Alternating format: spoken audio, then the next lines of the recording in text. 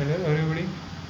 Today I am going to tell you that you should stop eating the food that is cooked in the pressure cooker because it is harmful for your health.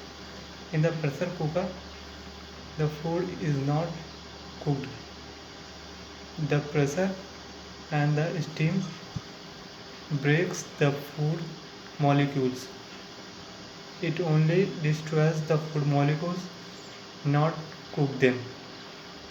That's why the micronutrients quantity available in the food gets destroyed. So you should stop eating pressure cooker food because according to Ayurveda, it is said that the food should not be eaten which did not get sunlight and air. One of them is necessary for food to cook.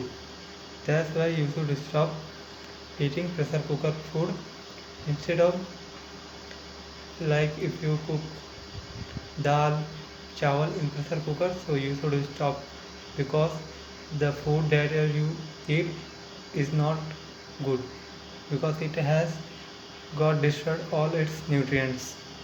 So you should shift to other, like, other methods like मिट्टी के बर्तन, like, or any other steel utensil.